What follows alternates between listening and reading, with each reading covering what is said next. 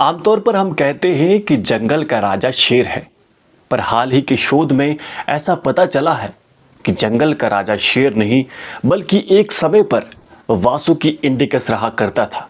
जी हाँ, हाल ही के शोध में ऐसा पता चला है कि गुजरात के कच्छ में एक सर्प के ऐसे अवशेष मिले हैं जिसकी लंबाई 15 मीटर तक लंबी थी और जिसका वजन 1000 किलो तक था।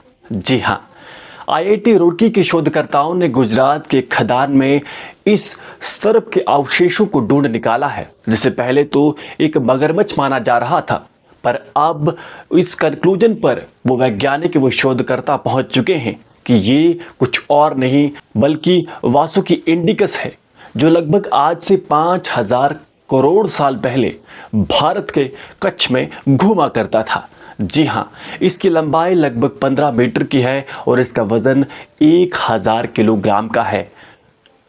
आप अंदाज़ा लगाइए कि जिस सांप की लंबाई 15 मीटर हो, अगर इस सांप की तुलना आप एक आदमी से करें, औसतन एक आदमी की लंबाई 5 से 5.5 फीट की होती है और इस सांप की लंबाई जो है वो लगभग 30 से 36 फीट की है।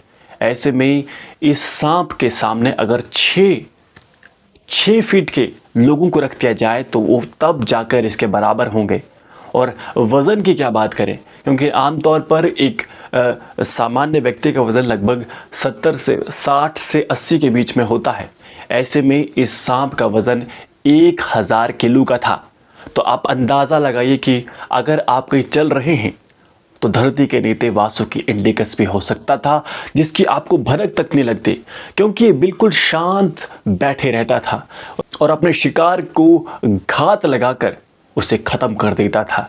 तो आप सोचिए कि भारत में अब इतनी बड़ी खोज हो गई है कि दुनिया का सबसे बड़ा जो सांप है वो भारत में ही रहा करता था और इसका नाम भी वैज्ञानिकों ने जो भगवान शंकर के गले में लपेटे होते हैं वासुकी नाग जी, जिनकी चर्चा भारत में छोड़कर जापान और चीन के उन प्राचीन ग्रंथों में भी होती है जहां पर वासुकी नाग का जिक्र मिलता है।